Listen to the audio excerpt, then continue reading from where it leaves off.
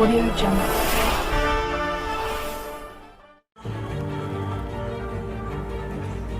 Mahidpur Bhim army द्वारा संविधान बचाओ आंदोलन को लेकर आजाद समाज पार्टी के संस्थापक चंद्रशेखर आजाद के नेतृत्व में राजेश वर्षी को विधानसभा प्रत्याशी घोषित किया तथा बाकी प्रत्याशियों की सूची भी जल्द जारी करेंगे।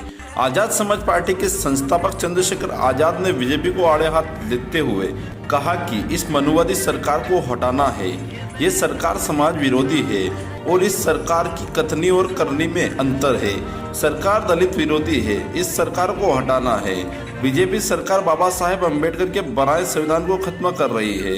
आज संविधान के होते हुए हमारे समाज के लोगों को घोड़ी पर नहीं बैठने देते।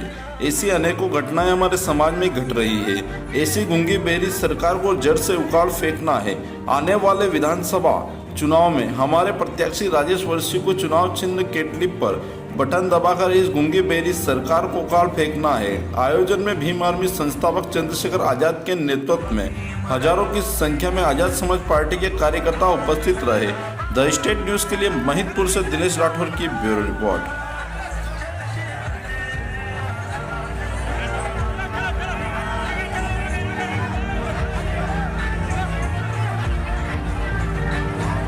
हमारा चुनाव निशान क्या है? केतली। क्या चुनाव निशान है? राजेश वर्षी। दोनों हाथ ऊपर उठा के समर्थन करेंगे ताकि प्रेस के माध्यम से विरोधियों को भी ये पता चल जाए कि इस जनरल सीट में भी बाबा साहब अम्बेडकर ने बाबा साहब के बच्चों को लड़ने का अधिकार दिया है। एक बार जोरदार ताली बजा के समर्थन करेंगे। एक एक वोट केतली के सामने वाला बटन दबाकर भाई राजेश वर्षी जी को महिदपुर विधानसभा से जिताकर भेजना है और अपनी लड़ाई को विधानसभा में लड़ेंगे राजेश वर्षी और सड़कों पर लड़ेंगे भीम आर्मी के आप जैसे सभी नौजवान। तैयार है? आवाज नहीं है? तैयार है? चंद्रशेखर भाई संघर्ष करो। भीम आर्मी जिंदाबाद। आजाद समाज पार्टी। भाई सुनील अस्ते संघर्ष करो। सुनील मेरे से संघर्ष करो। प्लस में हमारे बैकवर्ड के भाई जो हमारे परिवार है, प्लस में हमारे मुस्लिम भाई, आप दलित समाज के लोग इकट्ठा हो जाओ। मैं गारंटी से कहता हूं इन्होंने इतना अन्याय किया, इतने लोग इनके खिलाफ हैं कि इनको छठी का दूध याद दिलाने में इस समय चुनाव आएगा। आप लोग याद रखें। इनका बुलडोजर किस पे चलता है? आदिवासियों पे। इनका बुलडोजर किस पे चलता है? दलितों पे। इनका बुलडोजर किस पे चलता है? पिछड़ों पे। इनका बुलडोजर किस पे चलता है? मुसलमानों पे। कभी किसी सामंती में इनका बुलडोजर चला? मैं बुलडोजर को सही नहीं मानता, मगर ये बताओ सागर में जिन्होंने हमारी बहनों को नंगा करके घुमाया और हमारे भाई की हत्या की, क्या उनके घर पे बुलडोजर चला? मुख्यमंत्री जवाब देंगे क्या? नहीं चलेगा बुलडोजर, और नहीं चाहता मैं चले किसी घर में बुलडोजर। लेकिन बुलडोजर की आड़ में जो गरीबों को कुचला जा रहा है, मैं फिर कह रहा हूं, मैं अपने मुस्लिम भाइयों को कह रहा हूं, घबरा के नहीं जीना। ये मुल्क आपका, ये प्रदेश आपका है। आजादी में आपका भी इतना ही बलिदान है जितना और लोगों का है। अपने आप को कमजोर मत समझना। चंद्रशेखर आजाद और भीम आर्मी आपके साथ खड़ी है, याद रखना।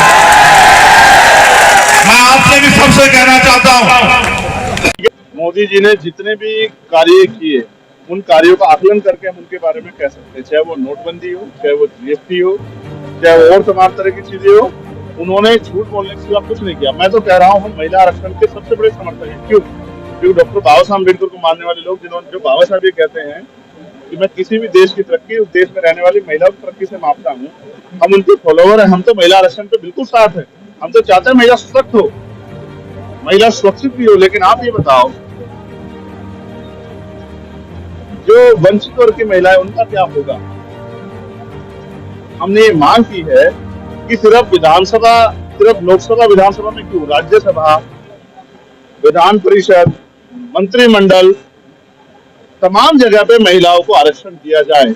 और कोटा इन कोटा, यानी कि जो आरक्षण हम महिलाओं को दे रहे, उसमें महिलाओं का प्रतिनिधित्व SC, ST, OBC और स्पेशली मुस्लिम बहनों का भी प्रतिनिधित्व उसमें होना चाहिए कि उनके, क्योंकि इनकी जो समस्याएं हैं उन समस्याओं को भी समस्या समझा ही नहीं सरकार ने, कभी लोगों ने समस्या समझा ही नहीं है।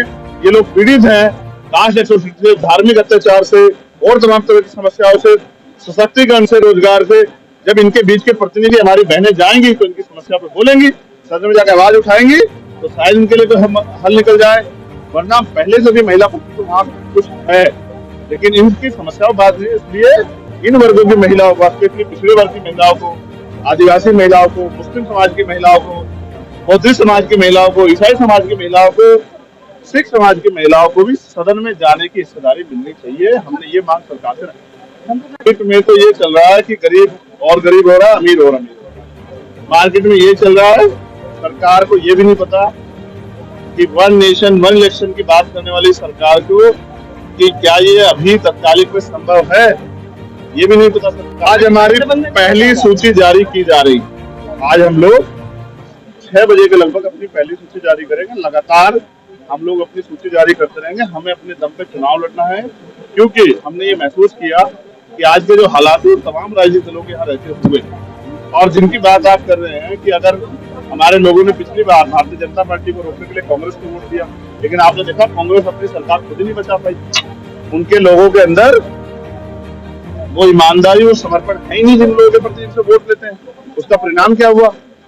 उसका परिणाम ये हुआ कि बीजेपी की दोबारा सरकार बन गई, हमारे लोगों को फिर अन्याय सहना पड़ा। तो अब हम किसी के भरोसे हमारे लोग नहीं रहना चाहते, वो अपनी ताकत स्वयं की बनाना चाहते हैं। इसलिए वो आजाद समाज पार्टी वोट करके आया कि ये 29 से पहले लागू भी नहीं हो सकता है, लेकिन प्रधानमंत्री जी को विधानसभा चुनाव में वोट चाहिए, लोकसभा चुनाव में वोट चाहिए। जैसे यहाँ के मुख्यमंत्री ने लाडली बहन योजना चलाई, 4.5 साल से वो बहनें नहीं दिखी थी, अब चुनाव से 6 महीने पहले वो बहनें दिखी।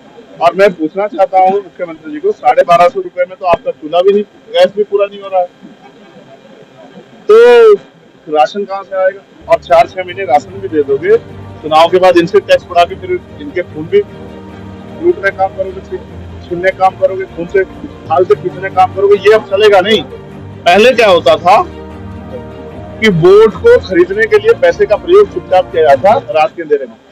आज सरेआम वोट को खरीदने का प्रयोग किया जा रहा है, वो इसलिए कि जिससे कि लोग अपनी वोट इनको सौंपते हैं और ये उस वोट के जरिए ताकत में आके उन लोगों के सारे अधिकार छीन लेते। जनता बेवकूफ नहीं रही।